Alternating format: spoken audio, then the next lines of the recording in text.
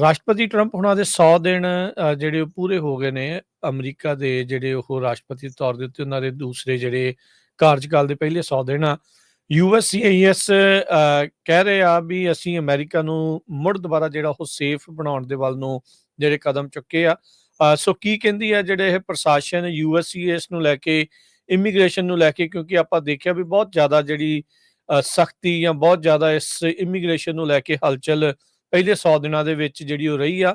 ਸੋ ਇਹ national security ਤੇ USCIS ਕਿਸ ਤਰੀਕੇ ਦੇ ਨਾਲ ਪਹਿਲੇ 100 ਦਿਨਾਂ ਦੇ ਵਿੱਚ ਇਹਨਾਂ ਨੇ ਕੰਮ ਕੀਤਾ? ਜੀ ਬਿਲਕੁਲ। ਸੋ ਹਰੇਕ ਸਰਕਾਰ ਆ ਜਿਹੜੀ, ਤੁਹਾਨੂੰ ਪਤਾ 100 ਦਿਨ ਜਦੋਂ ਉਹਨਾਂ ਦਾ ਹੁੰਦਾ ਕੋਈ ਨਾ ਕੋਈ, ਉਹ ਫਿਰ ਪ੍ਰੈਸ ਰਿਲੀਜ਼ ਆਪਣੀ ਜਿਹੜੀ ਕਰਦੇ ਆ ਕਿ ਦੱਸਦੇ ਆ ਕਿ ਪਹਿਲੇ 100 ਦਿਨਾਂ 'ਚ ਕੀ ਕੰਮ ਹੋਇਆ।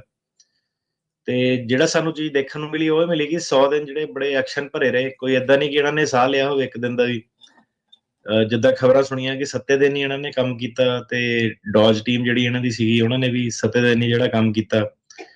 ਇਮੀਗ੍ਰੇਸ਼ਨ ਵਾਲਿਆਂ ਨੇ ਵੀ ਜਿਹੜੀਆਂ ਤੁਸੀਂ ਕਹਿ ਲਓ ਕਿ ਫਰਾਡ ਡਿਟੈਕਸ਼ਨ ਤੇ ਫਰਾਡ ਪ੍ਰੀਵੈਂਸ਼ਨ ਦੇ ਵਿੱਚ ਚੰਗੀ ਜਿਹੜੀ ਸਖਤੀ ਜਿਹੜੀ ਕੀਤੀ ਆ। ਤੇ ਤੁਸੀਂ ਕਹਿ ਲਓ ਕਿ ਸੜਕਾਂ ਦਾ ਜਿਹੜਾ ਸੀਗਾ ਰੌਲਾ ਰੱਪਾ ਜਿੱਥੇ ਚੱਲਦਾ ਸੀਗਾ ਸਾਰਾ, ਠੀਕ ਹੈ, ਤੇ ਲੋਕੀ ਥੋੜਾ ਜਿਹਾ ਡਿਸਰਿਗਾਰਡ ਕਰਦੇ ਸੀਗੇ ਸਿਸਟਮ ਨੂੰ ਕਿ ਕੋਈ ਟੈਨਸ਼ਨ ਵਾਲੀ ਗੱਲ ਨਹੀਂ, ਜਿੱਦਾਂ ਮਰਜ਼ੀ ਆਓ, ਜਿੱਦਾਂ ਮਰਜ਼ੀ ਵਰਕ ਪਰਮਿਟ ਲਓ। ਉਹ ਚੀਜ਼ ਜਿਹੜੀ ਸੀਗੀ ਤੁਸੀਂ ਦੇਖ ਲਓ ਕਿ ਇੱਕ ਮਾਹੌਲ ਜਿਹੜਾ ਸੀਗਾ, ਹਵਾ ਜਿਹੜੀ ਬਦਲਤੀ ਪਹਿਲੇ 100 ਦਿਨਾਂ ਦੇ ਅੰਦਰ ਅੰਦਰ ਹੀ। ਤੇ ਇਸੇ ਗੱਲ ਕਰਕੇ ਜਿਹੜਾ ਅਗਲਾ ਕਹਿ ਕੇ ਜਿੱਤਿਆ ਸੀਗਾ।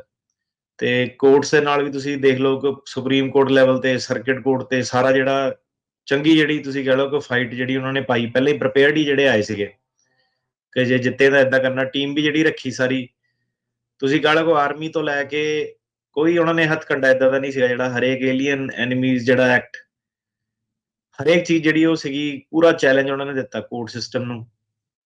100 ਦਿਨ ਤਾਂ ਲੋਕਾਂ ਨੂੰ ਜਿਹੜਾ ਤੁਸੀਂ ਕਹਿ ਲਓ ਕਿ ਪਤਾ ਹੀ ਨਹੀਂ ਲੱਗਾ ਕਿ ਡੀਲ ਕਿੱਦਾਂ ਇਹਨਾਂ ਕਰਨਾ। ਹੁਣ ਥੋੜੇ ਜਿਹੇ ਜਿਹੜੇ ਕੋਰਟ ਵਗੈਰਾ ਹੈਗੇ ਆ, ਉਹ ਜਾਗਰੂਕ ਹੋ ਕੇ ਵਾਪਸ ਉਹਨੂੰ ਡਿਫੈਂਡ ਜਿਹੜੇ ਕਰਨ ਆ ਗਏ ਆ। ਤੇ ਤੁਹਾਨੂੰ ਪਤਾ ਹੀ ਹੈ ਸਾਰਿਆਂ ਨੂੰ ਕਿ ਥੋੜਾ ਲੀਗਲ ਕਾਰਵਾਈ ਦਾ ਜਿਹੜਾ ਹੁੰਦਾ ਸਿਲਸਿਲਾ ਥੋੜਾ ਹੌਲੀ ਚੱਲਦਾ। ਤੇ ਅਗਲੇ ਸਿੱਧੇ ਪ੍ਰਿਪੇਅਰਡ ਆਏ ਸੀਗੇ, ਤੇ ਤੁਹਾਨੂੰ ਜਦੋਂ ਪਤਾ ਨਹੀਂ ਹੁੰਦਾ ਕਿ ਉਹਨਾਂ ਨੇ ਕੀ ਕਰਨਾ, ਤੇ ਅਗਲੇ ਨੇ ਸਿੱਧੇ ਚੱਕ ਕੇ ਕਈ ਜਣੇ ਡਿਪੋਰਟ ਵੀ ਕਰਤੇ। ਤੇ ਹਰੇਕ ਕੰਟਰੀ 'ਚ ਮੇਰੇ ਖਿਆਲ ਜਹਾਜ਼ ਉਹਨਾਂ ਨੇ ਭੇਜਿਆ, ਹੁਣ ਆਪਣੇ ਇੰਡੀਆ 'ਚ ਵੀ ਭੇਜੇ ਆ। ਪੰਜਾਬੀ ਵੀ ਉਹਨਾਂ 'ਚ ਆਏ ਆ, ਗੁਜਰਾਤੀ ਵੀ ਉਹਨਾਂ ਦੇ ਵਿੱਚ ਆਏ ਆ। ਤੁਸੀਂ ਲਾ ਲਓ ਕਿ ਅਫਰੀਕਾ ਵੱਲ ਨੂੰ ਵੀ ਜਹਾਜ਼ ਆ, ਸਾਊਥ ਅਮਰੀਕਾ ਵੱਲ ਨੂੰ ਵੀ ਜਹਾਜ਼ ਭੇਜੇ ਆ। ਯੂਰਪੀਅਨ ਬੰਦੇ ਵੀ ਜਿਹੜੇ ਫੜੇ ਆ, ਕੈਨੇਡੀਅਨ ਸਿਟੀਜ਼ਨ ਆ, ਉਹਨਾਂ ਨੂੰ ਵੀ ਤੁਸੀਂ ਕਹਿ ਲਓ ਕਿ ਕਿਸੇ ਨੂੰ ਨਹੀਂ, ਜਿਹੜੀਆਂ ਹਨੇਰੀਆਂ ਹਰ ਪਾਸੇ ਨੂੰ ਜਿਹੜੀਆਂ ਚਲਾਈਆਂ ਉਹਨਾਂ ਨੇ। ਕੋਈ ਏਦਾਂ ਨਹੀਂ ਕਿ ਇਕੱਲੇ ਇੱਕ ਨੂੰ ਹੀ, ਤੇ ਇੱਕ ਕੰਟਰੀ ਨੂੰ ਟਾਰਗੇਟ ਕੀਤਾ। ਹਰੇਕ ਕੰਟਰੀ ਦੇ ਜਿਹੜੇ ਲੋਕ ਸੀਗੇ, ਹਰੇਕ ਚੀਜ਼ 'ਚ ਜਾ ਕੇ ਉਹਨਾਂ ਨੇ, ਭਾਵੇਂ ਬੰਦਾ ਜਿਹੜਾ ਵੀਜ਼ਾ ਵੇਵਰ ਲੈ ਕੇ ਵੀ ਕੈਨੇਡੀਅਨ ਜਿਹੜੇ ਆਉਂਦੇ ਸੀਗੇ, ਉਹਨਾਂ ਨੂੰ ਵੀ ਜਿਹੜਾ ਸੀਗਾ ਪ੍ਰੋਬਲਮਾਂ ਕ੍ਰੀਏਟ ਕੀਤੀਆਂ। ਤੇ ਖਬਰਾਂ ਮਤਲਬ ਇੱਥੇ ਤੱਕ ਸੁਣਨ ਨੂੰ ਆ ਗਈਆਂ ਕਿ ਜਿਹੜੇ ਪਹਿਲਾਂ ਇਹ ਲੱਗਦਾ ਸੀ ਕਿ ਮਜ਼ਾਕ ਹੈ ਨਾ, ਕਈ ਲੋਕੀ ਮਜ਼ਾਕ 'ਚ ਗੱਲ ਕਰਦੇ ਸੀ ਕਿ ਯਾਰ ਇਹ ਤਾਂ ਸਿਟੀਜ਼ਨ ਬਣ ਗਏ ਆ, ਇਹ ਹੁਣ ਵੀ ਡਰੀ ਜਾਂਦੇ ਆ, ਹਨਾ। ਤੇ ਐਕਚੁਅਲੀ ਇਹ ਮਤਲਬ ਕਿ ਜਿਹੜੇ ਕਈ ਛੋਟੇ ਹੁੰਦੇ ਤੁਸੀਂ ਲਾ ਲਓ ਉਰੇ ਆ ਗਏ ਸੀਗੇ, ਕਦੋਂ ਤੋਂ ਸਿਟੀਜ਼ਨ 20 ਸਾਲ ਜਿਹੜੇ ਹੋ ਗਏ, ਉਹਨਾਂ ਨੇ ਤੁਸੀਂ ਕਹਿ ਲਓ ਕਿ ਵਿਆਹ ਸ਼ਾਦੀਆਂ ਤੇ ਕਹਿੰਦੇ ਨਹੀਂ ਜਾਣਾ, ਕਿ ਪਤਾ ਨਹੀਂ ਕੀ ਹੋ ਜਾਣਾ, ਕਿੱਦਾਂ ਆ ਜਾਣਾ। ਉਹ ਲੈਵਲ ਦਾ ਜਿਹੜਾ ਕੰਮ ਚੱਲ ਪਿਆ। ਫਰੈਜ਼ਨੋ ਦਾ ਜਿੱਦਾਂ ਹੁਣ ਕਹਿ ਲਓ ਤੁਸੀਂ, ਹੁੱਲੜਬਾਜੀ ਵਾਲਾ ਕਰੂ ਸੀਗਾ, ਉਹਨੂੰ ਠੰਡ ਪੈ ਗਈ ਥੋੜੀ। ਏਦਾਂ ਹੀ ਜਿਹੜੇ ਏਰੀਏ ਸੀਗੇ, ਲੋਕੀ ਜਿਹੜੇ ਸੀਗੇ ਰੌਲਾ ਰੱਪਾ ਕਰਨੋਂ ਜਿਹੜਾ ਹਟ ਗਏ। ਕਈ ਲੋਕਾਂ ਨੇ ਇਹ ਚੀਜ਼ ਨੂੰ ਐਪਰੀਸ਼ੀਏਟ ਵੀ ਕੀਤਾ ਵਾ, ਕਈ ਲੋਕਾਂ ਨੇ ਨਿੰਦਿਆ ਵੀ ਬੜੀ ਕੀਤੀ ਆ। ਪਰ ਜੇ ਹੁਣ ਇਹਨੂੰ ਟਰੂਲੀ ਇਵੈਲੂਏਟ ਕਰੀਏ, ਅਗਲਿਆਂ ਨੇ ਆਪਣਾ 100 ਦਿਨ ਦਾ ਵੇਰਵਾ ਜਿਹੜਾ ਦੇਤਾ, ਮੇਰੇ ਹਿਸਾਬ ਨਾਲ ਕਈ ਚੀਜ਼ਾਂ ਇਹਨਾਂ ਨੇ ਸਹੀ ਕੀਤੀਆਂ, ਕਈ ਚੀਜ਼ਾਂ ਇਹਨਾਂ ਨੇ ਬਹੁਤ ਮਾੜੀਆਂ ਕੀਤੀਆਂ। ਕਿ ਜਿਹੜਾ ਡਿਊ ਪ੍ਰੋਸੈਸ ਜਿਹੜਾ ਫਾਈਲ ਨਹੀਂ ਕੀਤਾ, ਕਈ ਲੋਕਾਂ ਨਾਲ ਪੂਰਾ ਧੱਕਾ ਵੀ ਹੋਇਆ ਕਿ ਚੰਗੇ ਭਲੇ ਉਹਨਾਂ ਦੇ ਕੇਸ ਜਿਹੜੇ ਲੱਗੇ ਸੀ ਉਹਨਾਂ ਨੂੰ ਫੜ ਲਿਆ ਗਿਆ। ਵਿਚਾਰੇ ਆਈਸ ਤੇ ਚੈੱਕ ਇਨ ਕਰਦੇ ਜਾਂਦੇ ਨੂੰ ਫੜ ਲਿਆ ਗਿਆ। ਸਿਟੀਜ਼ਨ ਦੀ ਇੰਟਰਵਿਊ ਤੇ ਜਿਹੜੇ ਓਥ ਲੈਣ ਗਏ, ਤੁਸੀਂ ਦੇਖਿਆ ਕਈ ਉਹਨਾਂ ਨੂੰ ਜੇਲ੍ਹ ਦੇ ਵਿੱਚ ਕਰਤਾ। ਸਟੂਡੈਂਟਾਂ ਨਾਲ ਜਿਹੜਾ ਧੱਕਾ ਤੁਸੀਂ ਕਹਿ ਲਓ ਕਰਤਾ। ਉਹ ਜਿਹੜੀਆਂ ਚੀਜ਼ਾਂ ਵਾ, ਉਹ ਮਤਲਬ ਕਿ ਐਡੇ ਸਖਤਾਈ ਦੀ ਲੋੜ ਨਹੀਂ ਸੀਗੀ, ਕਿਉਂਕਿ ਐਂਡ ਆਫ ਦਾ ਡੇ ਉਹ ਵੀ ਜਿਹੜੇ ਸੀਗੇ ਸਟੂਡੈਂਟ ਦਾ ਵੀ ਸਟੇਟਸ ਕੋਰਟ ਨੇ ਰਿਸਟੋਰ ਕਰਤਾ। ਇਹ ਜਿਹੜੇ ਗ੍ਰੀਨ ਕਾਰਡ ਫੜੇ ਸੀਗੇ ਇਹ ਵੀ ਛੱਡਤੇ ਉਹਨਾਂ ਨੇ। ਪਰ ਇਹ ਸੀਗਾ ਕਿ ਉਹਨਾਂ ਨੂੰ ਤੁਸੀਂ ਦੇਖੋ ਕਿ ਹਾਰਡ ਟਾਈਮ ਕਿੰਨਾ ਫਿਰ ਹੋਇਆ, ਕਿ ਉਹਨਾਂ ਦੇ ਲੀਗਲ ਐਕਸਪੈਂਸ ਵੱਧ ਗਏ, ਠੀਕ ਹੈ, ਜੇਲ੍ਹ ਦੀ ਹਵਾ ਜਿਹੜੀ ਖਾਣੀ ਪੈ ਗਈ। ਤੇ ਐਂਡ ਆਫ ਦਾ ਡੇ ਤਾਂ ਇਹ ਹੈ ਕਿ ਇੱਕ ਜਿਹੜੀ ਇਮੀਗ੍ਰੇਸ਼ਨ ਵਾਲੀ ਏਜੰਸੀ ਆ, ਉਹ 'ਚ ਕਿਸੇ ਨੇ ਏਦਾਂ ਦਾ ਸੋਚਿਆ ਕਿ ਹੁਣ ਕਿ ਗ੍ਰੀਨ ਕਾਰਡ ਹੋਲਡਰ ਵਾਲਾ ਕਿ ਮੈਨੂੰ ਵੀ ਜੇਲ੍ਹ ਦੇਖਣੀ ਜਿਹੜੀ ਪੈ ਜਾਊਗੀ, ਹਨਾ। ਉਹ ਚੀਜ਼ਾਂ ਜਿਹੜੀਆਂ ਥੋੜੀਆਂ ਜ਼ਿਆਦਾ ਟੂ ਮਚ ਹੋ ਗਈਆਂ। ਪਰ ਹੁੰਦਾ ਏਦਾਂ ਹੀ ਆ ਕਿ ਜਦੋਂ ਹੁਣ ਸਰਕਾਰ ਇੱਕ ਨੈਰੇਟਿਵ ਸੈੱਟ ਕਰ ਦਿੰਦੀ ਆ, ਤੇ ਭਾਵੇਂ ਉਹਨਾਂ ਦੀ ਕਈ ਏਰੀਏ ਦੇ ਵਿੱਚ ਚੰਗੀ ਇੰਟੈਂਸ਼ਨ ਵੀ ਹੋਵੇ, ਚੰਗੇ ਇਰਾਦੇ ਵੀ ਹੋਣ, ਪਰ ਜਿਹੜੇ ਉਹਨਾਂ ਦੇ ਥੱਲੇ ਕਰਮਚਾਰੀ ਹੁੰਦੇ ਆ ਬਾਟਮ ਲੈਵਲ ਤੱਕ, ਕੋਈ ਵੀ ਸੰਸਥਾ ਹੈਗੀ, ਸਰਕਾਰ ਤਾਂ ਚਲੋ ਫੇਰ ਬਹੁਤ ਵੱਡੀ ਜਿਹੜੀ ਅਦਾਰਾ ਵਾ, ਕੋਈ ਵੀ ਸੰਸਥਾ ਦੇ ਵਿੱਚ ਜਿਹੜੇ ਹੁਣ ਤੁਸੀਂ ਸਾਰੇ EMPLOYEEਆਂ ਕੋ ਸੇਮ ਜਿਹੜੀ ਤੁਸੀਂ ਕਹਿ ਲਓ ਅੰਡਰਸਟੈਂਡਿੰਗ ਨਹੀਂ ਐਕਸਪੈਕਟ ਕਰ ਸਕਦੇ, ਠੀਕ ਹੈ। ਭਾਵੇਂ ਤੁਹਾਡੇ ਆਪ ਦੇ ਵੀ ਬਿਜ਼ਨਸ ਅਜੇ ਤੁਸੀਂ ਕੀਤੇ, ਤੁਹਾਨੂੰ ਪਤਾ ਹੈ ਕਿ ਹਰ EMPLOYEE ਤੁਹਾਡੇ ਹਿਸਾਬ ਨਾਲ ਨਹੀਂ ਚੱਲਦਾ, ਤੇ ਕਈਆਂ ਨੇ ਉਹਦੇ ਵਿੱਚ ਜਿਹੜਾ ਥੋੜਾ ਬਹੁਤ ਧੱਕਾ ਵੀ ਹੋਇਆ, ਕਈਆਂ ਨਾਲ ਜ਼ਿਆਦਾ ਵੀ ਜਿਹੜਾ ਧੱਕਾ ਹੋਇਆ। ਸੋ ਕਈ ਖਬਰਾਂ ਆਪਾਂ ਨੂੰ ਦੇਖਣ ਨੂੰ ਜਿਹੜੀਆਂ ਮਿਲੀਆਂ, ਪਰ ਇਹ ਇਹਨਾਂ ਦੀ ਵੈਬਸਾਈਟ ਤੋਂ ਜਿਹੜਾ ਇਹਨਾਂ ਦਾ ਅਪਡੇਟ ਆ ਜੀ। ਤੇ ਇੱਕ ਇਹ ਸੀਗਾ ਕਿ ਇਹਨਾਂ ਦੇ ਪੰਗੇ ਜਿਹੜੇ ਸੀਗੇ 4-5 ਇਕੱਠੇ ਲੈ ਲਏ, ਇੱਕ ਟੈਰਿਫ ਦਾ ਵੀ ਇਹਨਾਂ ਨੇ ਪੰਗਾ ਲੈ ਲਿਆ, ਇਮੀਗ੍ਰੇਸ਼ਨ ਦਾ ਵੀ ਪੰਗਾ ਲੈ ਲਿਆ, ਚਾਈਨਾ ਨਾਲ ਪੰਗਾ ਲੈ ਲਿਆ ਕਿ ਤੁਹਾਡੇ ਕੋਲ ਜਿਹੜੇ ਗੁੱਡਸ ਤੁਹਾਨੂੰ ਭੇਜਦੇ ਆ ਬਣਾ ਕੇ, ਉਹਨਾਂ ਨਾਲ ਤੁਸੀਂ ਪੰਗਾ ਲੈ ਲਿਆ। ਜਿਹੜੇ ਇੱਥੇ ਕੰਮ ਕਰਨ ਵਾਲੇ ਆ, ਉਹਨਾਂ ਨੂੰ ਤੁਸੀਂ ਚੱਕ ਕੇ ਬਾਹਰ ਭੇਜਤਾ। ਸੋ ਮਤਲਬ ਕਿ ਓਵਰਆਲ ਤੁਸੀਂ ਕਹ ਲਓ ਕਿ ਕਈ ਜਿਹੜੀਆਂ ਵੈਲ ਪਲੈਨਿੰਗ, ਜਿਹੜਾ ਵੈਲ ਥਾਟ ਜਿਹੜਾ ਨਹੀਂ ਸੀਗਾ। ਤੇ ਜਦੋਂ ਕਿ ਸਰਕਾਰ ਨੇ ਵਿੱਚ ਜੇ ਅਨਾਉਂਸਮੈਂਟ ਕੀਤੀ ਕਿ ਉਹ ਹੋਟਲ ਵਾਲੇ ਵਰਕਰਾਂ ਨੂੰ, ਫਾਰਮਰ ਵਰਕਰਾਂ ਨੂੰ ਖੁੱਲ੍ਹ ਦਊਗੇ, ਤੇ ਉਹਨਾਂ ਦਾ ਜਿਹੜਾ ਆਪਣਾ ਹੀ ਇਲੈਕਟੋਰੇਟ ਬੇਸ ਸੀਗਾ, ਜਿਹੜਾ ਆਪਣਾ ਹੀ ਉਹਨਾਂ ਦਾ ਵੋਟਿੰਗ ਬੇਸ ਸੀਗਾ, ਉਹ ਉਹਨਾਂ ਨੂੰ ਕਹਿਣ ਲੱਗ ਪਏ ਕਿ ਇਸ ਕੰਮ ਕਰਕੇ ਨਹੀਂ ਤੁਹਾਨੂੰ ਆਪਾਂ ਜਿਤਾਇਆ, ਕਿ ਇਹਨਾਂ ਨੂੰ ਵੀ ਚੱਕ ਕੇ ਭੇਜੋ। ਮਤਲਬ ਹੁਣ ਇਹ ਆ ਕਿ ਫਿਰ ਕੰਮ ਕੌਣ ਕਰੂਗਾ, ਰਾਈਟ? ਉਹ ਵਾਲੀ ਗੱਲ ਆ ਜਾਂਦੀ ਆ। ਬਾਕੀ ਤੁਸੀਂ ਸਾਰਿਆਂ ਨੇ ਦੇਖ ਹੀ ਲਿਆ, ਕਈ ਵਾਰੀ ਗਰੋਸਰੀ ਸਟੋਰ ਵਗੈਰਾ ਆਇਲਾਂ ਖਾਲੀ ਪਈਆਂ, ਕਈਆਂ ਦੇ ਕਿਤੇ ਬੇ ਏਰੀਏ 'ਚ ਤੁਸੀਂ ਆ ਜਾਓ, ਤੇ ਉਰੇ ਵੀ ਤੁਹਾਨੂੰ ਈਵਨ ਜਿਹੜੇ ਵੱਡੇ ਬਿਜ਼ਨਸ ਵੀ ਆ, ਹੋਲ ਫੂਡਸ ਵਗੈਰਾ, ਜਿਹੜੇ ਚੰਗੇ ਟੌਪ ਡਾਲਰ ਵੀ ਦਿੰਦੇ ਆ, ਤੇ ਉੱਥੇ ਵੀ ਤੁਹਾਨੂੰ ਜਿਹੜੀਆਂ ਆਇਲਾਂ ਜਿਹੜੀਆਂ ਖਾਲੀ ਮਿਲ ਜਾਊਗੀਆਂ। ਤੁਸੀਂ ਦੇਖੋਗੇ ਕਿ ਕੁਪਰਟੀਨੋ ਵਰਗੇ ਏਰੀਏ ਦੇ ਵਿੱਚ ਵੀ ਕਾਰਟ ਦੇ ਵਿੱਚ ਉਹਨਾਂ ਨੇ ਰੱਖਿਆ ਹੋਇਆ ਕਿ ਆਪ ਹੀ ਚੱਕ ਲਓ।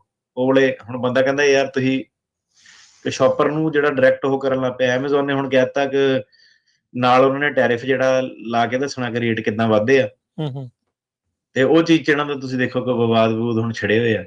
ਤੇ ਗੱਲ ਤੇ ਇਹ ਸੀਗੀ ਕਿ ਪਹਿਲਾਂ ਕਹਿੰਦੇ ਤਾਂ ਸਾਰੇ ਆ ਕੋਈ ਨਹੀਂ ਚੱਕੋ ਲਾਓ ਵੇਖੀ ਜਾਊਗੀ, ਤੇ ਐਂਡ 'ਚ ਇਹ ਹੈ ਜਦੋਂ ਵੇਖਣੀ ਪੈਂਦੀ ਹੈ ਫਿਰ ਖਮਿਆਜਾ ਜਿਹੜਾ ਸਾਰਿਆਂ ਨੂੰ ਭੁਗਤਣਾ ਪੈਂਦਾ। ਹਾਂਜੀ। ਤੇ ਉਹਦੇ ਵਿੱਚ ਮਤਲਬ ਇਹ ਹੈ ਕਿ ਹੁਣ ਇਹਨੂੰ ਆਪਾਂ ਡਿਸਕਸ ਕਰੀਏ ਕਿ ਇਹਨੇ ਕੀ ਕੀਤਾ, ਕੀ ਮਾੜਾ ਕੀਤਾ ਜੀ, ਕੀ ਸਹੀ ਕੀਤਾ। ਸੋ ਇਹਨਾਂ ਨੇ ਆਪਣਾ ਜਿਹੜਾ ਅਪਡੇਟ ਦਿੱਤਾ, ਇਹ ਕਹਿੰਦੇ ਕਿ ਆਪਾਂ ਜਿਹੜੀ ਨੈਸ਼ਨਲ ਸਿਕਿਉਰਿਟੀ ਆ ਉਹਨੂੰ ਆਪਾਂ ਵਧਾਇਆ ਵਾ ਅਮਰੀਕਾ ਦੀ ਨੂੰ, ਤੇ ਜਿਹੜੀਆਂ ਵੀ ਲੂਪ ਹੋਲ ਸੀਗੇ ਇਮੀਗ੍ਰੇਸ਼ਨ ਪਾਲਿਸੀਜ਼ ਦੇ ਵਿੱਚ, ਉਹਨਾਂ ਨੂੰ ਆਪਾਂ ਰਿਡਿਊਸ ਕੀਤਾ, ਤੇ ਜਿਹੜੀ ਹਿਊਮਨ ਟ੍ਰੈਫਿਕਿੰਗ ਵਗੈਰਾ ਹੁੰਦੀ ਸੀਗੀ ਉਹਨੂੰ ਆਪਾਂ ਖਤਮ ਕੀਤਾ, ਤੇ ਹਿਊਮੈਨਿਟੇਰੀਅਨ ਜਿਹੜੇ ਪ੍ਰੋਗਰਾਮ ਸੀਗੇ ਫਾਲਤੂ ਦੇ, ਉਹਨਾਂ ਨੂੰ ਆਪਾਂ ਰੋਕਿਆ। ਇਹ ਕਹਿੰਦੇ ਆ ਕਿ ਆਪਾਂ ਜਿਹੜੀ ਸਕਰੀਨਿੰਗ ਕੈਪੇਬਿਲਿਟੀ ਸੀਗੀ ਉਹਨੂੰ ਵਧਾਤਾ, ਕਿ ਜ਼ਿਆਦਾ ਸਖਤਾਈ ਕਰੋ, ਇਹ ਨਹੀਂ ਕਿ ਅੱਖਾਂ ਬੰਦ ਕਰਕੇ ਲੋਕਾਂ ਨੂੰ ਆਉਣ ਦਿਓ। ਤੇ ਆਪਾਂ ਫਰਾਡ ਡਿਟੈਕਸ਼ਨ ਤੇ ਡੈਟਰੈਂਸ ਜਿਹੜੀ ਸੀਗੀ ਕਿ ਫਰਾਡ ਨੂੰ ਕਿੱਦਾਂ ਫੜਨਾ, ਤੇ ਕਿੱਦਾਂ ਲੋਕਾਂ ਵੱਲ ਮੈਸੇਜ ਭਜਾਉਣਾ ਕਿ ਲੋਕ ਜਿਹੜੇ ਹਟ ਜਾਣ ਫਰਾਡ ਕਰਨ ਤੋਂ, ਤੇ ਤਾਂ ਕਿ ਉਹ ਇਮੀਗ੍ਰੇਸ਼ਨ ਸਿਸਟਮ ਦੀ ਜਿਹੜੀ ਐਕਸਪਲੋਇਟੇਸ਼ਨ ਨਾ ਹੋਵੇ, ਉਹ ਚੀਜ਼ ਦੇ ਲਈ ਆਪਾਂ ਜਿਹੜੇ ਯਤਨ ਲਏ ਆ। ਸੋ ਇਹ ਚੀਜ਼ਾਂ ਸਾਰੀਆਂ ਮੈਂ ਇਹਨਾਂ ਨਾਲ ਸਹਿਮਤ ਹਾਂ। ਇਹਨਾਂ ਨੇ ਵਾਕਈ ਫਰਾਡ ਡਿਟੈਕਸ਼ਨ ਬੜੀ ਇਹਨਾਂ ਨੇ ਕੀਤੀ ਆ, ਤੇ ਵਾਕਈ ਹੀ ਲੋਕ ਜਿਹੜੇ ਫਰਾਡ ਵਾਲੇ ਪਾਸੋਂ ਦੀ ਜਾਣੋਂ ਹਟ ਗਏ ਆ। ਤੇ ਇਹ ਜਿਹੜੀਆਂ ਚੀਜ਼ਾਂ ਆਪਾਂ ਤੁਹਾਨੂੰ ਆ ਕੇ ਕਹੀਦੀਆਂ, ਇਹਦੇ ਵਿੱਚ ਸਾਨੂੰ ਪਤਾ ਕਿ ਤੁਸੀਂ ਵੀ ਸਹਿਮਤ ਜਿਹੜਾ ਹੋਵੋਗੇ, ਹਨਾ, ਕਿਉਂਕਿ ਸਾਨੂੰ ਵੀ ਜਿਹੜੀਆਂ ਖਬਰਾਂ ਵਾ ਉਹ ਕਲਾਇੰਟਾਂ ਦੇ ਥਰੂ, ਲੋਕਾਂ ਦੇ ਥਰੂ ਮਿਲਦੀਆਂ, ਕਿ ਆਪਾਂ ਜਦੋਂ ਪੁੱਛੀਦਾ ਕਿ ਯਾਰ ਕੀ ਹੁਣ ਤੁਹਾਡੇ ਸ਼ਹਿਰਾਂ 'ਚ ਕੀ ਹਾਲ ਆ, ਉੱਧਰ ਕੀ ਹਾਲ ਆ, ਤੇ ਉਹ ਜਿਹੜਾ ਬੇਸਿਕਲੀ ਦੱਸਦੇ ਆ ਕਿ ਲੋਕੀ ਕਾਫੀ ਜਿਹੜੇ ਸੀਗੇ ਮੰਡੀਰ ਸੂਤ ਆਈ ਆ ਟਰੰਪ ਦੇ ਡਰ ਦੇ ਕਰਕੇ, ਤੇ ਕਈ ਹੁੱਲੜਬਾਜ਼ੀ ਜਿਹੜੀ ਸੀਗੀ, ਲੜਾਈ ਰੌਲੇ ਲੱਪੇ ਜਿਹੜੇ ਮੁੱਕ ਗਏ, ਉਹਨਾਂ ਨੂੰ ਪਤਾ ਆ ਕੇ ਫੜ ਲੈਣਾ ਤੇ ਚੱਕ ਕੇ ਭੇਜ ਦੇਣਾ, ਹਨਾ। ਹੁਣ ਤਾਂ ਲੋਕੀ ਡਰਦੇ ਆ ਕਿ ਨਾ ਹੀ ਕਿਤੇ ਵਾਹ ਪਵੇ। ਪਹਿਲਾਂ ਜਿਹੜੀ ਮੈਂਟੈਲਿਟੀ ਉਹ ਸੀਗੀ ਕਿ ਲੈ ਜਾਣਾ, ਨੇ ਕਿਹੜਾ ਕੁਛ ਕਹਿਣਾ, ਪੁਲਿਸ ਕਿਹੜਾ ਕੁਛ ਕਹਿੰਦੀ ਆ, ਲੜ ਪਓ, ਗਾਲਾਂ ਕੱਢ ਲਓ, ਜਿੱਦਾਂ ਮਰਜ਼ੀ ਕਰ ਲਓ। ਤੇ ਹੁਣ ਜਿਹੜੇ ਲੋਕੀ ਉਹ ਡਰਦੇ ਆ, ਤੇ ਕਈ ਤਾਂ ਹੁਣ ਜਿਹੜੇ ਤੁਸੀਂ ਕਹਿ ਲਓ ਕਿ ਉਹ ਚਾਹੁੰਦੇ ਆ ਕਿ ਕਿਸੇ ਵੀ ਤਰੀਕੇ ਨਾਲ ਜਿਹੜਾ ਵਾਹ ਪਵੇ ਨਾ ਪਵੇ।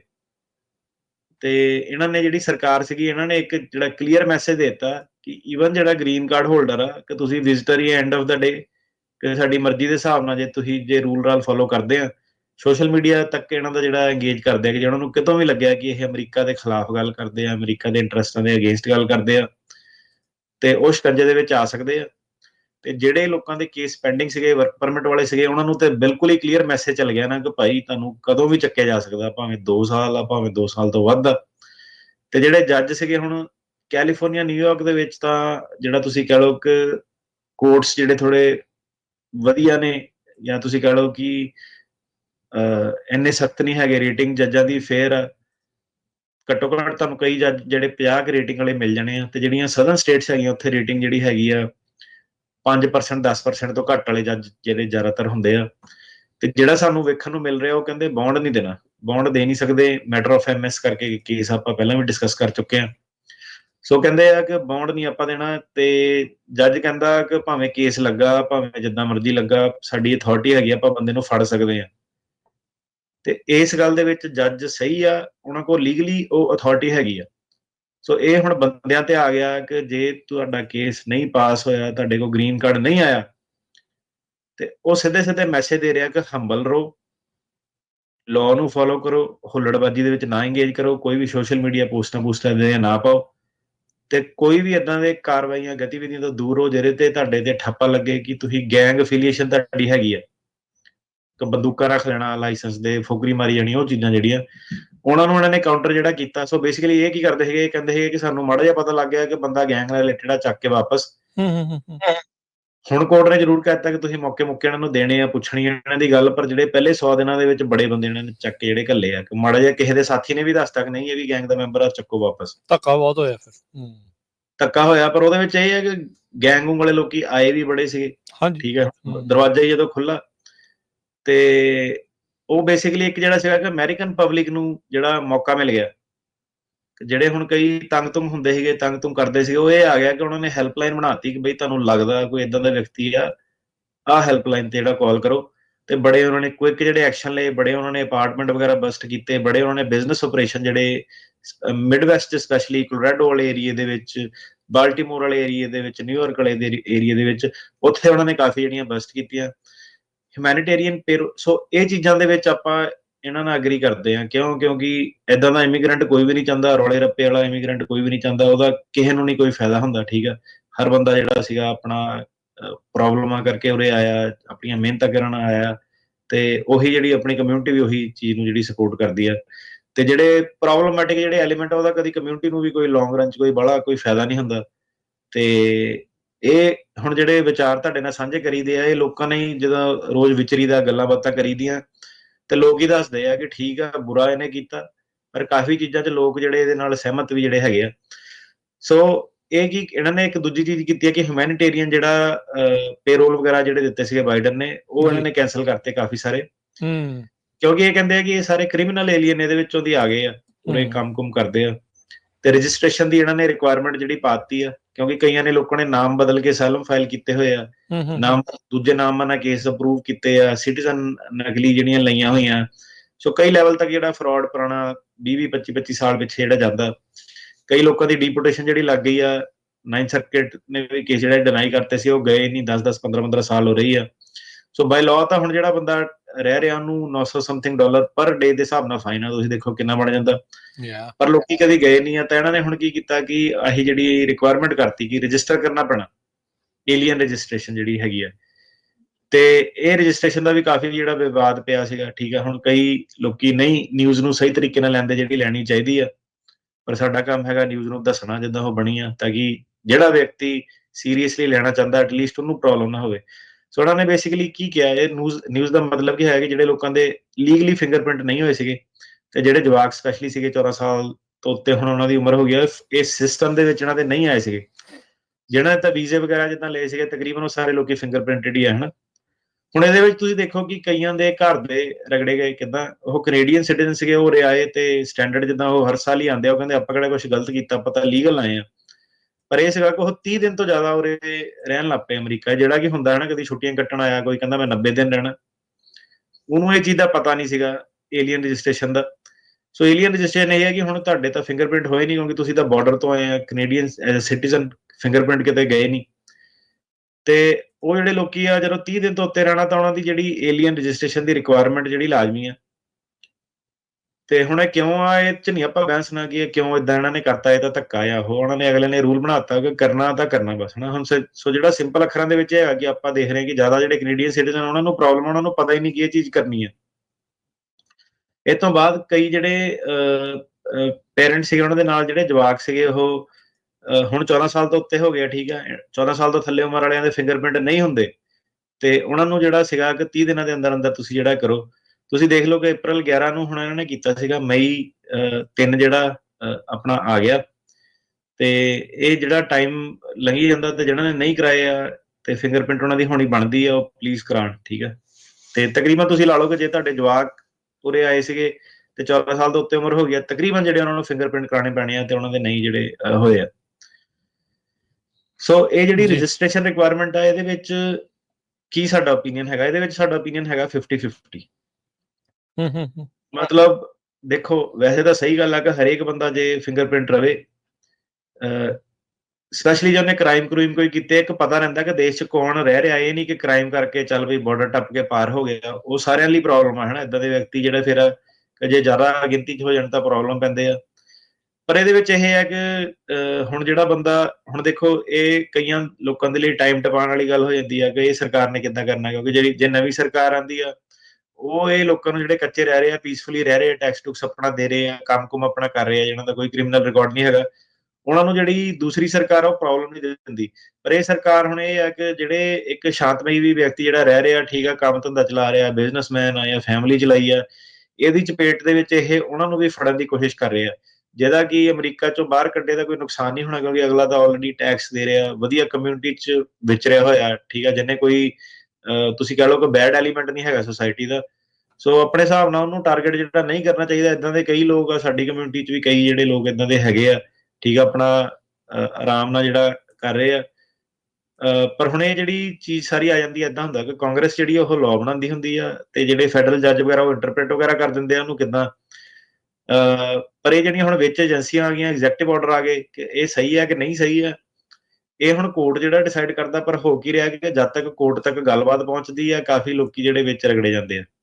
ਸੋ ਇਹ ਚੀਜ਼ ਨਾ ਸਰਕਾਰ ਦੀ ਨਾ ਮੈਂ ਐਗਰੀ ਨਹੀਂ ਕਰਦਾ ਕਿ ਤੁਸੀਂ ਜਿਹੜਾ ਡਿਊ ਪ੍ਰੋਸੈਸ ਜਿਹੜਾ ਲੋਕਾਂ ਨੂੰ ਦਿਓ, ਠੀਕ ਹੈ। ਜੇ ਤੁਹਾਨੂੰ ਐਂਡ 'ਚ ਲੱਗਦਾ ਕਿ ਬੰਦੇ ਨੇ ਵਾਇਲੇਟ ਕੀਤਾ ਲਾਅ ਜਾਂ ਉਹਨੂੰ ਨਹੀਂ ਰੱਖਣਾ, ਉਹ ਤੁਹਾਡਾ ਦੇਸ਼ ਹੈ, ਤੁਹਾਡੀਆਂ ਨੀਤੀਆਂ ਵਾ। ਪਰ ਇਹ ਹੈ ਕਿ ਉਹਨੂੰ ਘੱਟੋ ਘੱਟ ਇੱਕ ਮੌਕਾ ਦਿਓ, ਵਕੀਲ ਦੇ ਰਾਹੀਂ ਉਹ ਜੱਜ ਮੂਹਰੇ ਜਾ ਸਕੇ।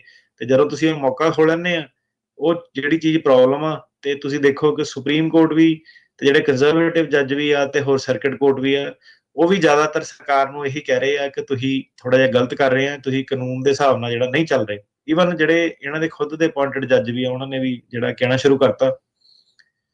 ਫਿਰ ਇਸ ਤੋਂ ਬਾਅਦ ਅੱਗੇ ਵਧਦੇ ਹੋਈਏ, ਸੋ ਇਹ ਹੁਣ ਇਹੀ ਹੈ ਕਿ ਲਾਸਟ ਵਰਡ ਰਜਿਸਟ੍ਰੇਸ਼ਨ ਦਾ ਇਹ ਹੈਗਾ ਕਿ ਦੇਖੋ ਜਿਹਨਾਂ ਦੇ ਤਾਂ ਕੇਸ ਕੁਛ ਚੱਲਦੇ ਆ, ਉਹਨਾਂ ਨੂੰ ਕੋਈ ਪ੍ਰੋਬਲਮ ਨਹੀਂ ਆਣੀ। ਪਰ ਹੁਣ ਚੀਜ਼ ਇਹ ਹੈ ਕਿ ਬੰਦਾ ਹੁਣ ਫਿੰਗਰਪ੍ਰਿੰਟ ਕਰਨ ਗਿਆ, ਸਾਡੇ ਇਦਾਂ ਦੇ ਵੀ ਕਈ ਕਲਾਇੰਟ ਉਹਨਾਂ ਨੂੰ ਫੜ ਕੇ ਬਿਠਾ ਲਿਆ ਉੱਥੇ। ਉਹ ਕਹਿੰਦਾ ਯਾਰ ਮੈਨੂੰ ਤੁਸੀਂ ਆਪ ਕਿਹਾ ਕਿ ਫਿੰਗਰਪ੍ਰਿੰਟ ਕਰਾਣਾ, ਸਾਨੂੰ ਹੁਣ ਜਿੱਦਾਂ ਕੋਰਟ ਕਹਿੰਦਾ ਸੀ ਪਾਸਪੋਰਟ ਦੀ ਪੂਰੀ ਕਾਪੀ ਨਾਲ ਲਾਓ, ਹਨਾ। ਸੋ ਪਾਸਪੋਰਟ ਆਪਾਂ ਮੰਗੀਦਾ ਸੀ, ਆਈਸ ਵਾਲਿਆਂ ਕੋਲ ਪਾਸਪੋਰਟ ਹੁੰਦਾ ਹੈਗਾ।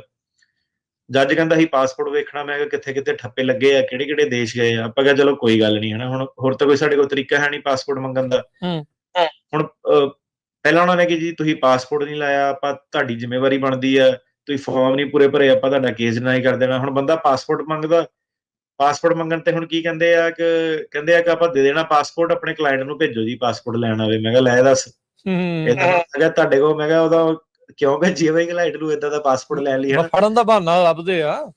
ਫਿਰ ਉਹ ਆ ਕਿ ਹੁਣ ਵਕੀਲ ਨੂੰ ਦੇਖਣਾ ਪੈਂਦਾ ਕਿ ਯਾਰ ਹੁਣ ਭੇਜਾਂ ਇਹਨੂੰ, ਨਾ ਭੇਜਾਂ, ਕਿੱਦਾਂ। ਵਕੀਲ ਵੀ ਵਿੱਚ ਵਿਚਾਲੇ ਫਸ ਗਿਆ, ਠੀਕ ਆ। ਹੁਣ ਭੇਜਤਾ, ਫੜ ਗਿਆ, ਕਲਾਇੰਟ ਨੇ ਕਹਿਣਾ ਕਿ ਯਾਰ ਮੈਨੂੰ ਨਹੀਂ ਭੇਜਣਾ ਚਾਹੀਦਾ ਸੀਗਾ। ਹੁਣ ਜਿਹੜੇ ਹੁਣ ਜੱਜ ਨੇ ਜਾਂ ਸਰਕਾਰੀ ਵਕੀਲ ਉਹ ਕਿ ਲੈ ਆਪਾਂ ਨੂੰ ਤਾਂ ਪਾਸਪੋਰਟ ਦੀ ਮੰਗ ਕੀਤੀ ਸੀ, ਇਹਨੂੰ ਕੀਤਾ ਨਹੀਂ, ਤੇ ਹੁਣ ਜੇ ਨਾ ਭੇਜਿਆ ਫੇਰ ਵਕੀਲ ਫਸਿਆ ਕਿ ਯਾਰ ਉਹਨੇ ਕਹਿਣਾ ਪਾਸਪੋਰਟ ਨਹੀਂ ਆ। ਫਿਰ ਕਲਾਇੰਟ ਨੇ ਕਹਿਣਾ ਕਿ ਯਾਰ ਇਹ ਮੇਰਾ ਵਕੀਲ ਨੂੰ ਕਿਹਾ ਸੀਗਾ ਜੱਜ ਨੇ, ਮੈਂ ਤਾਂ ਪਾਸਪੋਰਟ ਲਾ ਦੇਣਾ ਸੀਗਾ, ਇਹਨੇ ਪਾਸਪੋਰਟ ਨਹੀਂ ਲਾਇਆ। ਸੋ ਏਦਾਂ ਦੀ ਜਿਹੜੀ ਸਥਿਤੀ ਉਹ ਕ੍ਰੀਏਟ ਕਰ ਦਿੰਦੇ ਆ ਕਿ ਕਲਾਇੰਟਾਂ ਨੂੰ ਵਕੀਲਾਂ ਨੂੰ ਜੱਜਾਂ ਨਾਲ ਕਿ ਮਤਲਬ ਏਦਾਂ ਦਾ ਭੰਬਲ ਭੂਸਾ ਜਿਹਾ ਪਾਓ ਕਿ ਭਾਵੇਂ ਜੇ ਕੀਤਾ ਤਾਂ ਵੀ ਨੁਕਸਾਨ ਪਹੁੰਚਾਉਣਾ, ਨਾ ਕੀਤਾ ਤਾਂ ਵੀ ਨੁਕਸਾਨ ਪਹੁੰਚਾਉਣ ਵਾਲਾ। ਉਦਾਂ ਦੀਆਂ ਜਿਹੜੀਆਂ ਚੀਜ਼ਾਂ ਨੀਤੀਆਂ, ਬੰਦਾ ਕਹਿੰਦਾ ਯਾਰ ਤੁਸੀਂ ਆਰਾਮ ਨਾਲ ਦੱਸੋ ਕਿ ਕੀ ਚੀਜ਼ ਕਰ ਸਕਦਾ ਕਿ ਨਹੀਂ। ਹੁਣ ਅੱਜ ਦੀ ਡੇਟ 'ਚ ਕਿ ਆਈਸ ਚੈੱਕ ਇਨ ਪਾਤਾ ਜੀ ਕਿਸੇ ਤੇ, ਠੀਕ ਹੈ, ਕਿ ਤੂੰ ਆਈਸ ਚੈੱਕ ਇਨ ਕਰ। ਹੁਣ ਵਕੀਲ ਤਾਂ ਇਹੀ ਕਹੂਗਾ ਨਾ ਕਿ ਬਈ ਆਈਸ ਚੈੱਕ ਇਨ ਆਪਣਾ ਕਰੋ। ਹੁਣ ਹੋਰ ਕੋਈ ਤਾਂ ਰਾਹ ਹੈ ਨਹੀਂ, ਕਿਉਂਕਿ ਜੇ ਨਾ ਕੀਤਾ ਫੇਰ ਬੰਦਾ ਭਗੌੜਾ ਵਾ। ਤੇ ਬੰਦਾ ਹੁਣ ਕਰਨ ਗਿਆ, ਉਹਨੂੰ ਫੜ ਕੇ ਬਿਠਾ ਲਿਆ ਉੱਥੇ। ਮਤਲਬ ਕਿ ਦੋਨੋਂ ਪਾਸੇ ਜਿਹੜਾ ਤੁਸੀਂ ਕਹਿ ਲਓ ਕਿ ਮਾਰ ਪਾਤੀ ਬੰਦੇ ਨੂੰ। ਸੋ ਏਦਾਂ ਦੀਆਂ ਜਿਹੜੀਆਂ ਚੀਜ਼ਾਂ ਇਹ ਗਲਤ ਆ, ਇਹ ਚੀਜ਼ਾਂ ਨਹੀਂ ਕਰਨੀਆਂ ਚਾਹੀਦੀਆਂ ਸੀਗੀਆਂ। ਕਿ ਇੱਕ ਸਿਸਟਮ ਰੱਖੋ ਕਿ ਜੇ ਬੰਦਾ ਆ ਕੇ ਹਾਜ਼ਰੀ ਹੁਜਰੀ ਲਾ ਰਿਹਾ, ਤੇ ਉਹਨੇ ਕਿਹੜਾ ਭਗੌੜਾ ਹੋ ਜਾਣਾ। ਹੁਣ ਵੀ ਤੇ ਆਇਆ ਹੀ ਹੈ ਨਾ, ਉਹਨੇ ਕਿਹੜਾ ਦੌੜ ਜਾਣਾ ਵਾ। ਤੇ ਸਭ ਤੋਂ ਮਾੜੀ ਜਿਹੜੀ ਚੀਜ਼ ਆਪਾਂ ਦੇਖੀ ਉਹ ਇਹ ਆ ਕਿ ਹੁਣ ਹਾਜ਼ਰੀ ਲਾਣ ਗਿਆ ਬੰਦਾ ਕੈਲੀਫੋਰਨੀਆ 'ਚ, ਉਹਨਾਂ ਨੂੰ ਵੀ ਪਤਾ ਕਿ ਇੱਥੇ ਕੈਲੀਫੋਰਨੀਆ ਦੇ ਕੋਰਟ ਵਧੀਆ 9th ਸਰਕਿਟ ਆ, ਤੇ ਕਈਆਂ ਨੂੰ ਇੰਟਰਨਲੀ ਉਹਨਾਂ ਨੇ ਟ੍ਰਾਂਸਫਰ ਕਰਤਾ ਦੂਜੀਆਂ ਜੇਲ੍ਹਾਂ 'ਚ, ਨਿਊ ਮੈਕਸੀਕੋ, ਕਿਸੇ ਨੂੰ ਲੁਈਜ਼ੀਆਨਾ। ਤੇ ਤਰੀਕ ਜਿਹੜੀ ਸੀਗੀ, ਜਿਹੜੀ ਕਿੱਥੇ 2 ਸਾਲ ਬਾਅਦ ਸੀਗੀ, ਉਹ ਛੇਤੀ ਦੇ ਦਿੱਤੀ 1-2 ਮਹੀਨੇ ਦੇ ਅੰਦਰ। ਤੇ ਉੱਥੇ ਦੇ ਜੱਜ ਜਿਹੜੇ ਸੀਗੇ, ਉਹ ਭਾਵੇਂ ਬੰਦੇ ਨੇ ਸਹੀ ਵੀ ਬਿਆਨ ਦਿੱਤੇ ਸਾਰਾ ਕੁਝ, ਤੇ ਕੇਸ ਜਿਹੜਾ ਪਾਸ ਨਹੀਂ ਕੀਤਾ। ਜੀ ਠੀਕ ਹੈ ਜੀ। ਤੇ ਸੋ ਬਿਲਕੁਲ। ਅੱਛਾ, ਇਹ ਤਾਂ ਚਲੋ ਇਹਨਾਂ ਨੇ ਪਹਿਲੇ 100 ਦਿਨਾਂ ਦੇ ਵਿੱਚ ਅਟਾਰਨੀ ਟਿਰਕੈਣਾ ਜੀ ਇਹ ਸਾਰਾ ਕੁਝ ਕੀਤਾ। ਅੱਗੇ ਏਦਾਂ ਹੀ ਨੇਰੀ ਵਗਦੀ ਰਹੂਗੀ, ਥੋੜੀ ਠੱਲ ਪਊਗੀ? ਕੀ ਤੁਸੀਂ ਕਿੱਦਾਂ ਸੋਚਦੇ ਆ, ਜਾਂ ਕੀ ਸੋਚਦੇ ਆ ਵੀ ਇਹਨਾਂ ਦਾ ਪ੍ਰਸ਼ਾਸਨ ਅੱਗੇ ਕਿੱਦਾਂ ਇਦਾਂ ਹੀ ਕਾਰਵਾਈਆਂ ਨੂੰ ਤੇਜ਼ ਹੀ ਰੱਖੂਗਾ? ਮੇਰੇ ਹਿਸਾਬ ਨਾਲ ਏਦਾਂ ਹੋਊਗਾ ਕਿ ਇਹ ਤਾਂ ਅਜੇ ਸੀਗੀਆਂ ਨਿਊਜ਼ ਜਿਹੜੀਆਂ ਆਈਆਂ ਤੁਹਾਡੀਆਂ, ਕਿ ਜਿਹੜੀ ਸਨਸਨੀ ਫੈਲਾਉਣ, ਕਿ ਫਟਾਫਟ ਲੋਕਾਂ ਨੂੰ ਫੈਲੇ, ਕਿ ਤੁਸੀਂ ਕਹਿ ਲਓ ਕਿ ਇੱਕ ਵੇਵ ਇਹਨਾਂ ਨੇ ਜਿਹੜੀ ਕ੍ਰੀਏਟ ਕੀਤੀ ਹੈ, ਕਿ ਫੀਅਰ ਮੌਂਗਰਿੰਗ ਜਿਹਨੂੰ ਕਹਿੰਦੇ ਆਪਾਂ, ਕਿ ਲੋਕੀ ਡਰ ਜਾਣ।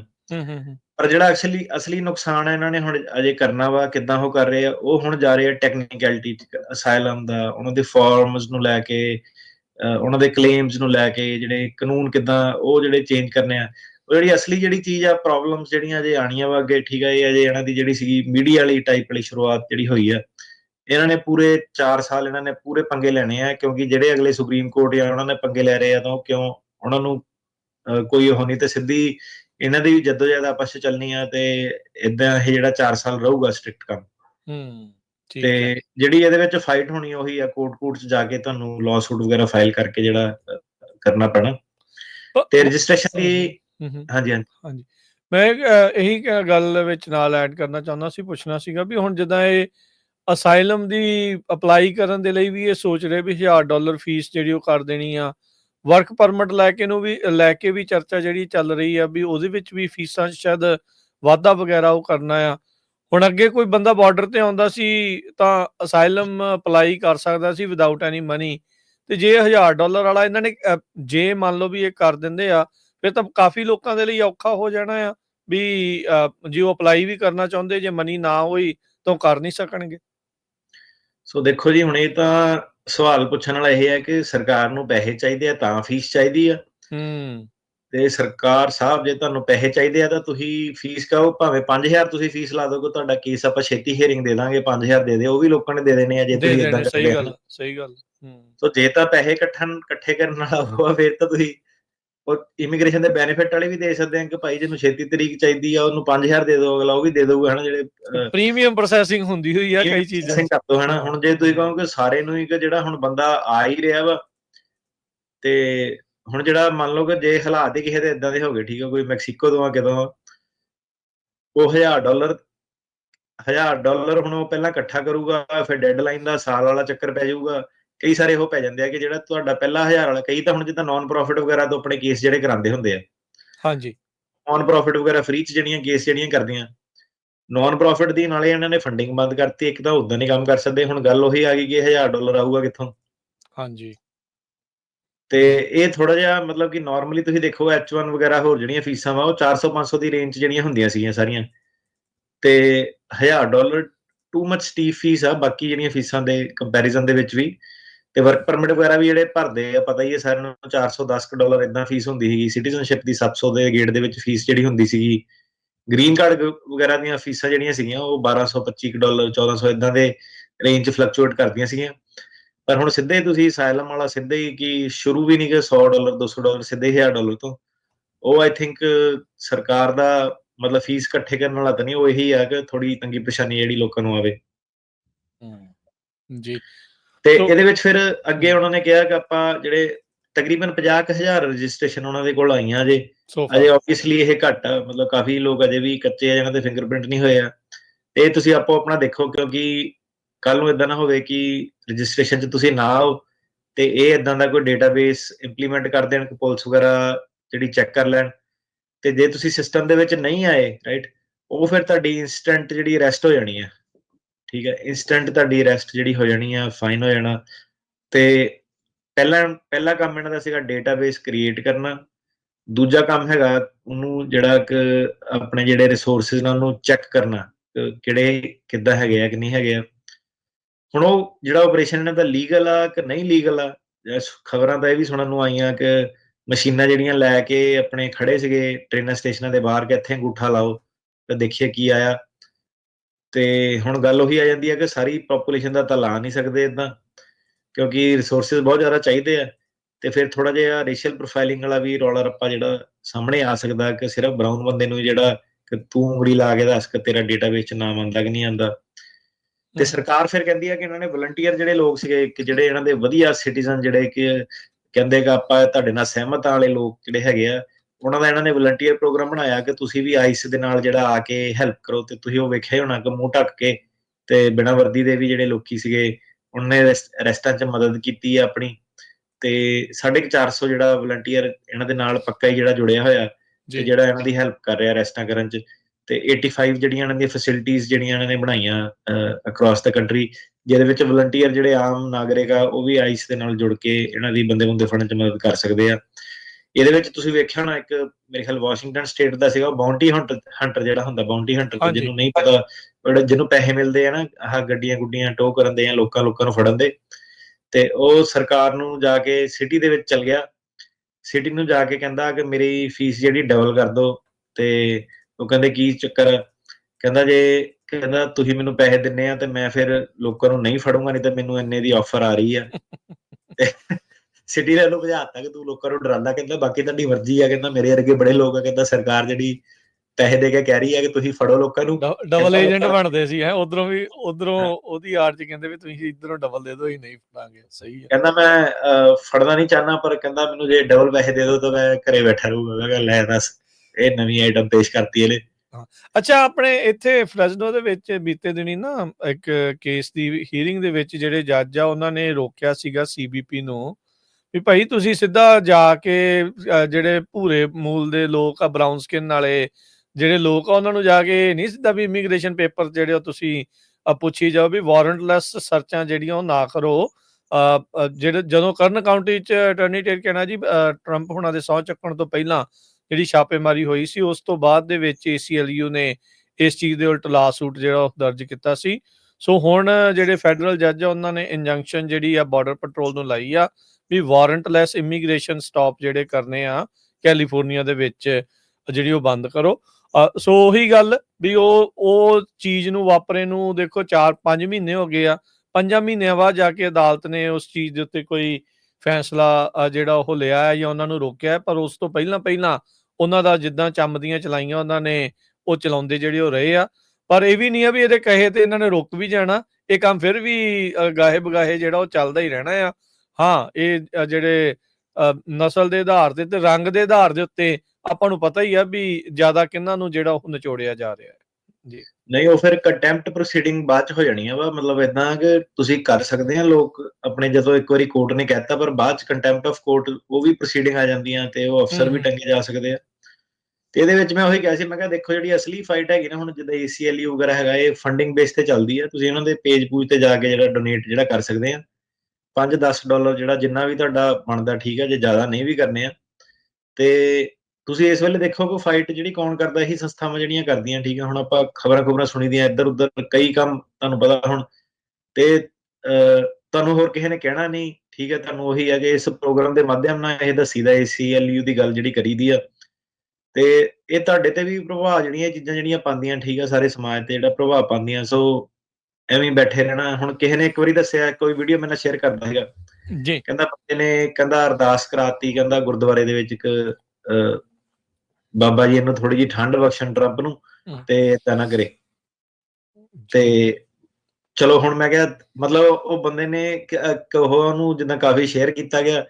ਤੇ ਪਰ ਇਹ ਹੈ ਕਿ ਹੁਣ ਦੇਖੋ ਕਿ ਫਾਈਟ, ਤੁਸੀਂ ਇਹ ਪ੍ਰੈਕਟੀਕੈਲਿਟੀ ਦੇ ਵਿੱਚ ਦੇਖੋ ਕਿ ਹੁਣ ਜਿਹੜੀ ਫਾਈਟ ਜਿਹੜੀ ਕੌਣ ਆ, ਕਿ ਸਾਰੇ ਇਹਨਾਂ ਦੇ ਵੀ, ਕਿਉਂਕਿ ਰਿਸੋਰਸਿਸ ਬਹੁਤ ਲਿਮਿਟਿਡ ਆ, ਜੀ ਠੀਕ ਆ ਕਿ ਨਹੀਂ।